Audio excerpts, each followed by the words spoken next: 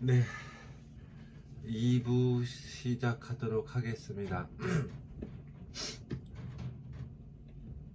네, 어서 오세요.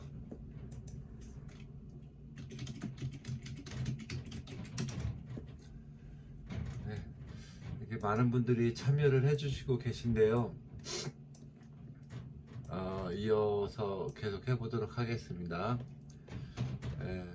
시는 한번 제가 읽어보도록 하겠습니다. 나는 알고 있었다. 한여름 지리한 장마 속 끈적이며 타들어가던 뿌연 냄비 속처럼 처음을 알 수 없이 엉겨붙던 놈의 집요한 눈빛. 이렇게 이제 시작을 했습니다. 어떤 놈일까요? 이제 읽어보면 나오겠죠. 이렇게 이제 긴장감을 주고 좀 시가 시작을 하는 것 같습니다. 초가을 바람 한 줄에 나풀거리는 잠자리처럼 주위를 맴돌다. 연한 날개짓 표안나게 조금씩 멀어졌다는 것을 점점 궁금해지죠. 무엇을 알고 있었을까? 나는 알고 있었다. 봄이면 꽃나무 아래만 서도 온몸이 저려와 어쩔 줄 모르던 청춘, 맨발로 온 산을 헤집고 다녀도 해갈되지 않던 쓸쓸함, 그 위에 정밀한 잣대를 대고 그 위에 아주 예민한 메스 슬그머니 힘주어 틀어쥐었을 때 소나귀에 한 움큼 피가 고였었다는 걸 나는 알고 있었다. 아직도 무엇을 알고 있었는지 나오지 않고 있어요. 나는 알고 있었다. 어느 늙은 시인이 읊조린 말처럼 연한 장가지에 피는 꽃과 늙은 고목 위에 피는 꽃은 사실 매 한 가지라는 것을. 오늘 또 새는 멀리 날아가고 숲은 한 겨울로 들어가 아무 인적도 없이 사라진다마는 이곳에 호젓이 호롱불 하나 밝혀 다만 고요히 세월의 독에 밥을 짓는 노인, 그게 바로 나였다는 것을. 결국 내가 알고 있던 것은 나였고, 그런 어떤 봄과 그런 봄철과 가을, 여름, 여기서 이제 여름이 먼저 나오죠. 여름과 가을, 그리고 봄, 이렇게 나오고 있습니다. 그리고 이 작가는 현재 진행형처럼 겨울을 살고 있겠죠. 연한 장가지에 피는 꽃과 늙은 고목 위에 피는 꽃이, 그러니까 처음과 끝이 결국 같은 그런 고독과 허무 속에서 살고 있는, 갇혀 있는 자신을 알고 있었다, 이런 결론이 될 것 같습니다. 결국 지나간 것은 다 추억이 되지만 그 추억에는 냄새가 나요. 그런 추억은 즐거운 추억도 있지만은 그 작가들의 추억은 대부분 고독했고 대부분 외롭고 쓸쓸하고 채우지 못한, 그런 완성되지 못한 그런 허무 속에 갇혀있는 자신을 늘 보곤 합니다. 우리도 어릴 때에서부터 지금까지 보면 사실은 내 외형적으로는 성장을 했지만 결코 한 걸음도 달라지지 않았다는 것을 우리는 느끼곤 합니다. 글을 쓰지만은 몇 년 전에 쓰고 어릴 때 썼던 글이나 지금에 썼던 글이나 오히려 더 세월이 갈수록 내 작품이 밝아지거나 뭔가 좀 화려한 옷을 입기보다는 오히려 점점 더 퇴색되고 낡아지고 오히려 더 큰 허무 속에 내가 있다는 것을 스스로는 알게 되는 그런 과정 아니겠습니까? 그래도 어떡합니까? 우리가 그 속에서 스스로 만족까지는 아니어도 자족을 해 나갈 수밖에 없는 게 작가들의 숙명적인 고독이 아닐까 싶습니다. 우리가 잘 아는 고독의 시인 하면은 대표적으로 김현승 시인을 들 수가 있겠는데요. 김현승 시인조차도 크리스찬 모태 신앙을 가지고 그 어려운 시절에 부모님이 목사님이셨고 목사님 가정에서 신실한 그런 기독 크리스찬 집안에서 태어나서 아버님이 제주도로 부임을 가셨다. 또 광주로 이렇게 와서 이게 어린 시절부터 객지를 떠돌면서 이렇게 살 수밖에 없었던 그런 태생적인 운명이었고, 부모님은 이제 처음부터 끝까지 목사 직분으로 이렇게 사시다 가셨는데, 그런 목사 가정에서 태어난 아들로서 김현승 시인도 한동안 그런 어떤 실족이라면 실족이고 자기 고독에 갇혀 있다는 것 자체가 기독교 신앙으로 봤을 때는 어려운 일이었죠. 외도를 한 일이었는데요. 근데 결국은 또 다시 자기 신앙 속으로 돌아와서 그 하나님 품에 안기는 걸로 끝을 맺습니다. 그런데 이제 그런 어떤 위대한 시인들의 그 삶도 그러할진데, 우리들이 살아가는 모습을 몇 번을 더 죽었다 태어나도 그 이상 가기는 어려울 것 같다는 그런 생각도 저는 간혹 해요. 우리가 뭐 흔히 아는 그런 시인들의 이름을 나하고 매칭을 했을 때 진짜 말 그대로 발가락에 때만큼도 안 된다고 하면 너무 비한가요? 그렇게 하면서도 그래도 나의 존재감을 안고 살아갈 수밖에 없지 않습니까? 지독한 고독 속을 지독한 허무 속을 가면서도 그 사이사이 즐거움도 찾아야 되고, 또 가족이나 그런 관계도 맺어야 되고, 그게 정말 이율배반적이다. 나는 이렇게 고독하고 아픈데 왜 사람 앞에서 아무렇지도 않은 듯이 웃고 또 그렇다고 나를 포기할 수도 없는 상황 속을 살아갈 수밖에 없는 게 그런 운명이잖아요. 그래서 작가들의 그런 삶을 천형이라고까지 표현을 할 정도로, 우리 또 기훈이 쌤의 그런 나는 알고 있었다를 읽으니까 그런 어떤 작가적 비애가 그냥 적나라하게 나오는 것 같습니다. 이 시 속에서 보다시피 그런 내 인생을 오로지 불태워도 그런 도달할 수 없는 그런 쓸쓸함, 해결되지 않는 쓸쓸함, 그리고 멀어져가는 그런 그 꿈과의, 내가 이상적으로 꿈꾸던 세계와 현실적으로 이룰 수 없는 그런 세계 안에서의 괴리감, 이런 것들이 그런 어떤 날카로운 메스로 내 심장이 내 스스로가 나를 자해하는 그런 꼴밖에 안 되죠. 그렇지만은 그런 쳇바퀴 속을 계속 살아가고 있는 그런 사실을 보게 됩니다. 나는 알고 있었다, 처음부터. 사실은 이거는 이제 시적인 비약일 수밖에 없죠. 처음에 몰랐겠죠. 근데 지나고 보니까 처음과 끝이 같구나라는 것을 알았을 거는 같습니다. 나는 알고 있었다, 처음부터 나는 이게 나라는 것을, 그게 나라는 것을, 그거밖에 안 되는 사람이라는 것을 그렇지만 어떡합니까? 고요히 세월 속에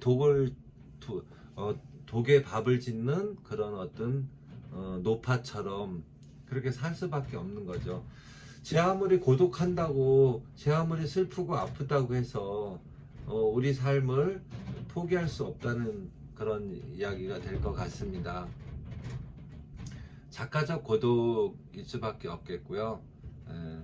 한 편 더 빨리 읽어보도록 하겠습니다. 전도서를 묵상하면서 이제 그 소회를 쓴 것 같습니다. 헛되다 하셔서 헛된 줄 알고 헛된 것 버리고 헛된 것을 놓았습니다. 이렇게 이제 시작을 했는데, 이거는 벌써 이제 그 헛된 줄 알면서도 어쩔 수 없는 그런 운명을 또 펼쳐갈 것 같습니다. 아둥바둥 악착같이 움켜쥐던 것들이죠. 안달복달 끝까지 붙들었던 거. 바람이라 하셔서 바람은 움켜쥘 수 없고, 바람은 붙들 수 없고, 바람은 안 되는 걸 비로소 가슴에 받고 비로소 사고 속에 쳐넣었습니다. 쳐넣은 거죠. 억지로. 스스로 받아들일 수는 없었던 운명이고요. 헛되다 하셔서, 자꾸 헛되다 하셔서 헛된 줄 알고 비로소 그 헛된 것을 놓았습니다. 이제 자기를 어쩔 수 없이 비우는 과정이 나옵니다. 바람처럼 떠나갈 삶, 사명처럼 나를 들여 다만 오늘을 보듬으며 말없이 걸어가는 이 길, 운명에 순응하면서 그런 따르겠다는 그런 결론으로 이 시가 맺음을 짓고 있습니다. 그래서 기훈이 선생님 이게 글을 보면은 그런 어떤 늘 아픔 속에 매몰되어 있는, 노출되어 있는, 벌거벗고 있는, 그러면서 그거를 토로하는 그런 형식의 글들을 많이 보게 되는데요. 아마 우리 7080, 6070, 7080들의 삶들이 좀 거의 좀 비슷한 형태를 갖고 있는 것 같습니다. 저 역시도 공감대가 많은 시를 늘 보게 되는데요. 실은 이렇게 이제는 결코 모든 것들이 그런 것 같습니다. 뭐 하나 열매 맺을 수 없는 그런 삶을 살고 있는데, 그건 어떻게 보면 또 욕심일 수가 있어요. 너무 이상이나 자기가 생각하는 그런 삶의 모습이 기준이 남들하고 비교된 기준들을 갖고 있기 때문에 이런 허무함과 안타까움이 생기지 않을까. 그냥 나는 원래 그냥 미물에 불과했다. 그냥 나는 이거밖에 안 되는 사람이었다. 이것으로 이제 다시 돌아가는 과정 그였죠. 우리는 뭔가 삶에서 뭔가를 이루고 완성하려고 하는 욕구들이 있기 때문에 거기에서 부합되지 못했을 때 나오는 그런 안타까움과 씁쓸함과 그런 고독과 아픔을 견딜 수밖에 없는 그런 상황이지 않습니까? 아무리 좋은 지식을 내 속에 집어넣고 아무리 좋은 명작과 어떤 그런 우인들의 삶을 내 속에 넣는다고 해도 그렇게 사라지지는 않는 거잖아요. 어쩔 수 없는 그런 사람마다 저마다의 그릇을 이렇게 보일 수밖에 없는데, 밑바닥을 보일 수밖에 없는데 순응하는 거죠. 내 그릇은 그것만이 최선이었다. 이렇게 이제는 받아들여야 되는 거죠. 한용운 선생님은 한용운 선생님의 그릇이 있었고 그 사람의 글이 있는 거고, 라이나 마리아 릴케라든가 뭐 어떤 그런 위대한 시인들은 그런만의 그릇이 있는 거고, 화가며 어떤 뭐 그런 모든 우리가 알 수 있는 그런 위인들은 그만한 또 그릇의 삶이 있었고 그 시대적인 욕구와 사명에 부합된 거고, 우리들이 살아가는 시대에 그런 어떤 소소한 그런 무명 시인으로서 살아가는 그런 그런 것들이 어쩔 수 없는 숙명으로 받아들이고, 지금 내가 가는 길이 나의 최선이고 이것이 나의 열매라고, 그것을 포장할 수 있는, 그것으로 나를 포장할 수 있는 기술이 필요한 것 같습니다. 그래서 자기 만족도를 다시 높이고 자기 자존감을 올려야 되는 거지, 계속 남들의 글이나 어떤 작품과 비교하고 어떤 옛날 지나간 그런 시인들의 그런 작품과 나를 비교한다 그러면 계속 패배자의 길을 갈 수밖에 없다는 것이 저의 결론입니다. 네. 이제 이 복순샘도 작품들을 많이 주셨는데요. 이 복순샘 시를 뭘로 한 편 볼까요?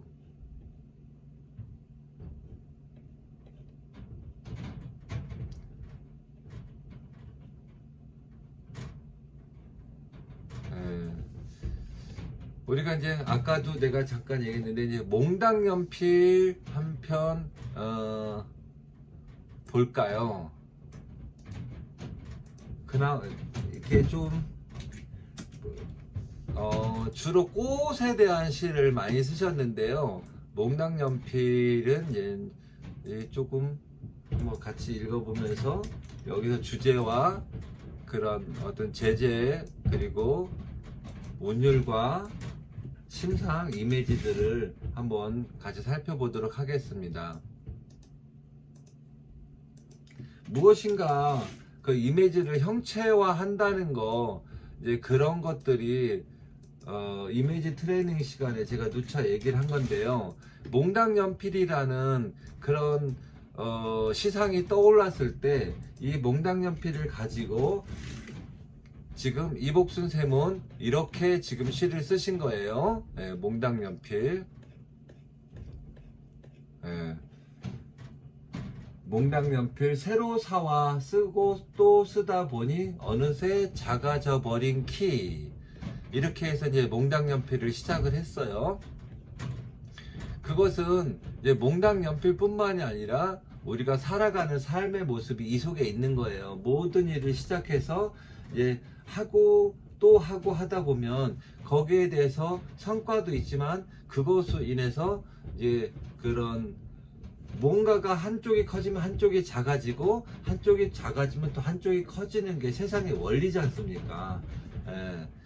근데 이제 그거가 이제 펼쳐져 갈 것 같아요. 새로 사와서 쓰고 또 쓰다 보니 어느새 작아져 버린 키, 닳고 닳아 짜리몽땅해진 몸매, 그렇지만 저리 앙증스럽다, 이렇게 써져 있죠. 그거는 이제 몽당연필의 운명일 수밖에 없는 거죠. 어떤 연필이 자기의 초도 마찬가지죠. 양초가 처음에 이렇게 길쭉한 양초를 사왔는데, 이제 그게 불을 밝히다 보면 어느새 키가 작아진 만큼 이제 밝혀온 세월이 있으니까 그만 이제 작아졌겠죠. 닳고 닳아 짜리몽땅해진 몸매, 그렇지만 앙증스럽다, 사랑스럽다는 얘기죠. 붓대롱 다 써버린 볼펜대에 끼어 새롭게 태어난다. 그래서 버려질 운명을 붓대롱이나 볼펜대에 끼워서 다시 한번 생명을 얻는 몽당연필, 인생 이막같이 이제 태어나는 거예요. 한자 한자 또박또박 써내려 일기의 추억 그려준다. 그러니까 그런 몽당연필이 일기를 썼든 편지를 썼든 뭔가를 메모를 했든 뭐 계속 썼으니까 줄어들었을 거 아니에요. 근데 일기를 쓴 것 같아요. 일기의 추억을 그려준다. 지난 세월 훗날 화가로, 시인으로 파란 꿈 키워진 내 친구 몽당연필, 이렇게 이제 내 친구 이렇게 했는데요. 이 연필을 가지고 그림도 그리고 습작도 하고 자기 속에 있는 파란 꿈을 키워준 친구, 그 친구는 연필, 몽당연필이라는 거를 이렇게 보여주고 있습니다. 이것도 그런 어떤 심상을 전달하고 몽당연필과 그런 어떤 일련의 이야기를 성공을 하고 있는 작품이라고 저는 보고 있습니다. 이 몽당연필 또한 몽당연필을 몽당연필로만 보지 마시고 자기 안에 있었던 어떤 그런 다양한 스토리와 이 몽당연필이 부합할 수가 있을 것 같습니다. 친구와의 우정도 어떤 부모와의 관계도 어떤 그런 우리 일상의 사소한 에피소드들이 모두 이런 몽당연필로 비유될 수 있을 것 같아요. 예, 어떤 일이 시작되면 그런 시간의 비례해서 추억들이 쌓이지만 또 그만큼 또 사라져가는 시간들이 또 존재하고, 예, 그럴 것 같습니다. 예. 그려준다. 그렇죠. 세월 지난 훗날 이런 부분들이 좀 구태의연한 부분들이 좀 들어는 있는데 요런 부분들이 이 시에 그런 좀 심상을 너무 많이 써진 단어들이나 그 문장들을 내 시에 그냥 차용해다 쓰는 경우들이 있는데요. 그냥 세월은 너무 그냥 평이한 말이고 차라리 세월을 어떤 다른 묘사나 설명으로서 대체를 해줄 수 있으면 어떠한 세월이 지났다, 정말 알콩달콩 아니면은 무슨 뭐 가슴 눈물 울 수밖에 없었던, 아니면은 뭐 그런 어떤 에피소드가 이렇게 정확하게 들어가 주면 이게 짜리몽땅해져서 앙증스러웠던 것들이 이게 좀 살아날 수 있는데, 너무 이렇게 보면 맥락으로만 이렇게 이어진 것 같다는 생각이 좀 들기도 합니다. 그런 것은 또박또박 한자 또박또박 써긴 썼는데 무엇을 썼는지, 일기의 추억, 이런 거, 추억 같은 거, 여기서 이제 단어적으로 보면 이제 추억이라든가 세월이라든가 이런 것들이 좀 너무 조금 몽당연필을 가지고 조금 더 무엇을 썼고 어떻게 했기 때문에 이 몽당연필의 그런 형상화하는, 그런 제목을 형상화하는 작업은 조금 더 필요했던 것 같습니다. 그래서 이복순 선생님도 작품을 많이 쓰시는 편인데요. 조금 더 이렇게 고민의 흔적이 좀 부족한 것 같아요. 조금 더 그런 주제를 구체화하고 그 자기만의 생각이 아니라 대중적인 생각과 이렇게 매칭을 시키는 그런 좀 고민적인 부분, 거의 좀 그런 생각을 옮겨 적는 거는 중요한데 거기에 좀 이렇게 구체적인 에피소드를 넣으면서 주제를 형상화하는 그런, 자기가 고추잠자리라고 제목을 달고 글을 썼어요. 고추잠자리, 가을바람 살랑살랑 가을 향기 물어오고 가을 문턱 넘어 날아들어 고기하듯 춤춘다. 연분홍 코스모스 오가며 사랑을 속삭이고 동네 꼬마 잠자리채 낚아채며 숨바꼭질한다. 이것도 이제 고추잠자리를 보고 있는 어떤 일상을 스케치형으로 그렸는데요. 조금 더 어떤 뭔가 하나 더 좀 뭔가 하나 가슴속에 확 들어오는 그런 문장이 필요할 듯 합니다. 왜냐하면 여기서 쓰신 문장들이 대체적으로 다 우리들이 누구나가 공감할 수 있는 평이한 언어들이에요. 가을바람 살랑살랑, 가을 향기 불어오고. 여기에서 이제 물론 이제 아직 습작 단계에 있으니까 당연한 거겠지만은 조금 시적으로 고민한 흔적들이 없이 그냥 우리들이 흔히 할 수 있는 평이한 생각들을 나열하고 그것들을 짤막짤막한 문장으로 시적으로 표현한 그런 형태의 시들이 좀 많으신 것 같아요. 이게 다작을 하는 거는 중요한데 이렇게 다작을 하시는 분들의 특성은 자기가 쓴 작품들을 심각하게 고민하지 않는다는 거예요. 우리 옛날에 10손가락 깨물어서 안 아픈 손가락이 없다고 하잖아요. 자기 시를 그래서 이제 대표작을 하나 추려 봐주세요. 이렇게 하면은 10작품을 쓰신 분은 10작품 다 볼 때마다 자기가 잉태한 새끼들이니까 이것도 아깝고 저것도 아깝고 이것도 뭐하고 저것도 뭐 아쉽고 안타깝고 막 다 그렇단 말이에요. 그렇지만은 하나를 이렇게 끄집어내기에는 좀 너무 이렇게 고민스러울 때가 있을 것 같아요. 다 고만고만 평이한 수준에 있기 때문에 딱히 하나 이렇게 내 속에서 끄집어냈다고 할 수 있는 거, 이거는 이제 세상적인 시각이기 때문에 좀 그런 것 같습니다. 가을 문턱 넘어 날아들어, 가을 문턱 넘어 날아들어, 이런 거 가을 문턱 이런 것도 우리가 흔히 쓰는 말이기 때문에 연분홍 코스모스 오가며 사랑 속삭이고 동네 꼬마 잠자리채 낚아채며 숨바꼭질 한다. 이게 이제 고추 잠자리 전문이었습니다. 차라리 동네 꼬마보다도 어떻게 딱히 뭐 이 꼬마에 대한 정체성을 조금 더 깊이 있게, 그러니까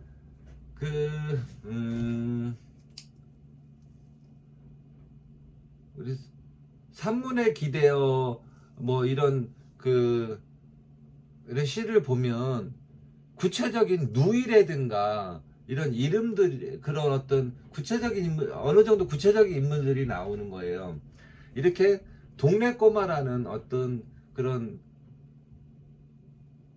불특정 다수가 아닌 조금 더 매칭되는 그런 어떤 인물들이나 사건이나 일들이 이 시 속에 들어가야지만 복순쌤 스스로의 경험이 되고 자기만의 류의 시가 만들어질 것 같습니다. 예, 세상을 스케치하는 이런 풍은 조금 우리가 볼 때는 현재 시로 보면은 살짝 좀 구태의연한 그런 초기 단계의 시라고 볼 수가 있을 것 같습니다. 대부분 아카시아 꽃에서도 수줍은 듯한 미소, 아름다움 피어오르는 길, 예쁜 사랑 키운다, 예쁜 사랑 키운다, 이런 그런 어떤 제3자적인 관찰자적인 자기하고는 동떨어진 그런 모습들을 많이 그리는 것 같아서요. 시는 결국 이렇게 썼지만 결국 자기의 경험인데 어떤 조금 더 자기의 경험이나 어떤 일화들이 맞아요. 조금 더 그런 한번 어떤 네, 복순쌤 그렇습니다. 조금 더 자기의 경험이나 일화를 이 시 속에 집어 넣는 과정, 차라리 그냥 스토리로 자기 그냥 주절주절 옛날 이야기를 이렇게 누구한테 들려주는 옛날 이야기를 그러니까 이렇게 쭉 산문형으로 서술하시는 게 좀 그런 훈련도 좀 필요할 것 같아요. 짤막짤막하게 시적인 구성을 갖추는 건, 시적인 구성으로는 굉장히 훌륭하세요. 이렇게 사랑이라는 거, 이렇게 그럼 편편을 보면 구성은 굉장히 시적 구성은 다 갖추고 계세요. 근데 아쉬운 게 있다면은 본인이 직접적인 개입이 좀 희미하다는 거예요. 이 사랑이라는 시도 이게 쓱 보면은 기대는 그리움이 있고 사랑과 우정이 있고, 또한 마음 비우는 여유로움이 있다. 소유하고픈 지나친 집착도 부질없는 욕심일 뿐, 하늘을 나르는 새처럼 유유히 흐르는 물처럼 함께 어울릴 수 있는 친구로 그 길을 걷고 싶다. 이런, 그냥 사랑인데, 제목은 사랑인데 여기에는, 이 사랑에는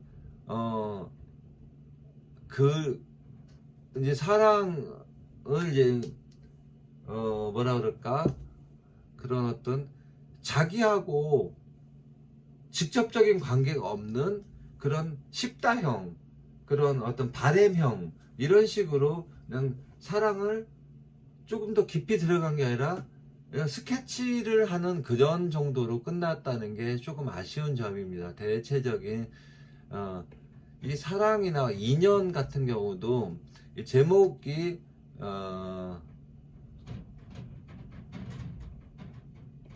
제목도 조금 우리 복순쌤은 제목이 너무, 요즘의 제목들은 좀 이렇게 약간 제목에서 이렇게 눈길을 잡아야 하는데, 보고품, 그리움, 사랑, 인연, 이런 것들은 제목 자체가 갖는 매력이 좀 부족한 것 같습니다. 다음에 일단은 이제 몇 편 제가 골라서 또 한 번 더 보도록 하겠고요. 황정혜 선생님 달랑 한 편 주셨습니다. 한두 편 정도 더 주셨으면 좋겠고요. 주셨는데 제가 픽업을 못 했는가? 제가 요즘 정신이 없어가지고. 아침마다 눈을 뜨면 이라는 그런 약간의 그런 패러디 시를 주셨고요. 아침마다 눈을 뜨면 파란 하늘 바라보며 하늘빛 닮은 고운 마음을 다짐하는 나는 그런 사람이 되고 싶다. 항상 시는, 맞아요. 그거는 있어요. 따뜻하고 그냥 편한 거는 있고 있는데, 그러니까 장단점은 다 있죠. 조금 더 자기 정체성을 집어넣고, 아마 복순쌤이 제가 자세히는 모르지만 너무 어렵지 않게 살아보셔가지고 조금 더 그러시지 않을까, 그런 생각도 듭니다.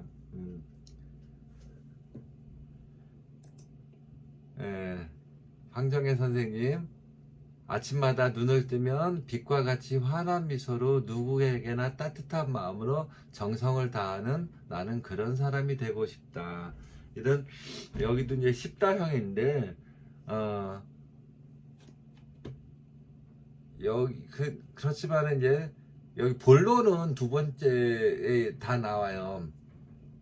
여기는 아침마다 눈을 뜨면 사람들과 어떤 자연과 어떤 그런 햇살을 담는 그런 자기가 소녀적인 아니면 인간적인 그런 향기가 난다고 저는 보고 있어요.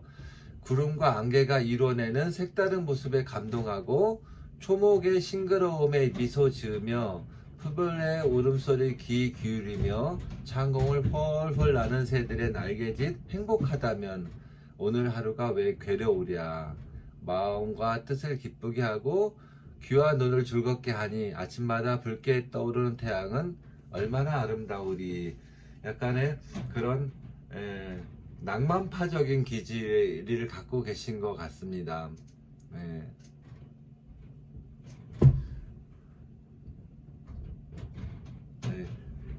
서기영님, 어쩌면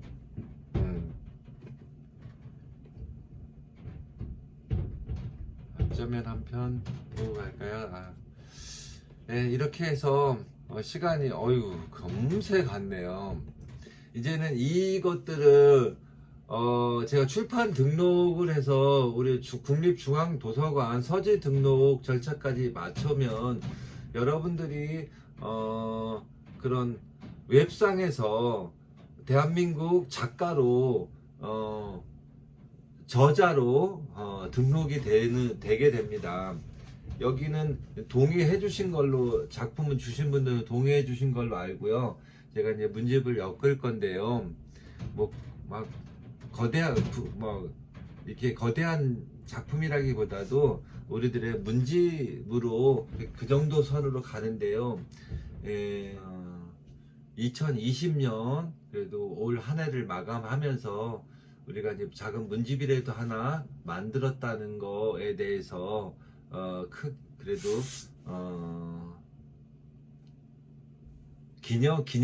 기념비적인 그런 일이 될 것 같습니다. 이렇게라도 뭔가 하나 완성이 되면 또 그거에 대한 또 다음 해를 기념하게 되고요. 이제 이런 거를 토대로 개인 문집이라든가 개인 출판 아니면은 가족 문집이라든가 아니면 동호회의 그런 어떤 것들 스스로들이 한번 주변 분들하고 해서 올해는 이렇게 해서 서로가 한두 편씩 몇 편씩 해가지고 글과 그림 엮어서 아니면 사진 같은 거 엮어서 우리 추억을 또 한번 만들어 보자, 이런 식으로 해서 계속 발전시켜 나가면서 그게 삶의 향기가 되고 또 하나의 우리가 살아가는 인생을 한 단계 또 업그레이드하는 디딤돌이 될 거라고 저는 분명히 생각합니다. 여러분들 오늘 또 이렇게 고생하셨고요. 이거를 이제는 오늘 몇 분의 시를 제가 좀 나름대로 분석도 해보고 시의 기본이 되는 그런 주제의식 그리고 운율과 그런 이미지들이 어느 정도 우리가 표현하고 있는지 한번 살펴보는 시간을 가졌습니다. 근데 이게 복순쌤처럼 많은 작품들을 보여주시고 빨리빨리 공유해 주시고 그것을 웹상에 공유하는 거는 굉장히 중요한 일입니다. 왜냐면 내가 빨리 발표하지 않으면 아무리 좋은 생각을 갖고 내가 핸드폰 메모라든가 이런 그런 어떤 수첩 속에 갖고 있어도 누군가가 이미 발표해 버리면 내 생각은 아류가 되고 이제는 본인이 발표하고 싶어도 발표하지 못하는 단계에 이르게 되더라고요, 늘. 그렇기 때문에 비록 좀 부족하고 작품이 덜 됐다 생각이 들더라도 빨리 발표하고 털어내고 그래야 또 새로운 작품들, 새로운 창작들이 생기지, 옛날 것들이 계속 쌓여 있으면은 새로운 그런 창작물이 그 이미지가 들어올 틈이 없어요. 그러니까 그냥 눈 딱 감고 그냥 버린다 생각하고 일단 작품을 발표하시거나 없애버리셔야 돼요. 그거 끌어안고 있으면은 독입니다. 독. 아무것도 될 수가 없어요. 그게 결코 그 속에서 부패돼서 짐이 될 뿐이지, 그것이 막 새롭게 이렇게 작품들은 대부분 그런 것 같더라고요. 다시 봐야지 하고 넣어놓은 게 다시 안 봐집니다. 또 오늘은 이렇게 여러분들하고 또 시로 읽는 삶, 우리 스스로의 작품을 읽어보면서 품평회를 해봤고요. 사실 그 시로 읽는 삶 맑고 환하게 문집권으로 같이 시간을 보내보았습니다. 오늘 또 고생하셨고요. 바람이 많이 부는 날이에요. 오늘 이렇게 바람 부는 날 어떤 어린날의 추억이 있을까 이렇게 한번 바람 부는 날에 생각하면서 내 아이의 마음이 울고 있었는지, 공중의 깃발처럼 울고 있었는지, 이렇게 바람 쐴 날은 누가 그리웠는지 한번 생각해 보는 시간, 눈 감고 이 시간 끝나면 한번 자신을 돌아보는 시간이 되었으면 좋겠습니다. 감사합니다. 수고하셨습니다.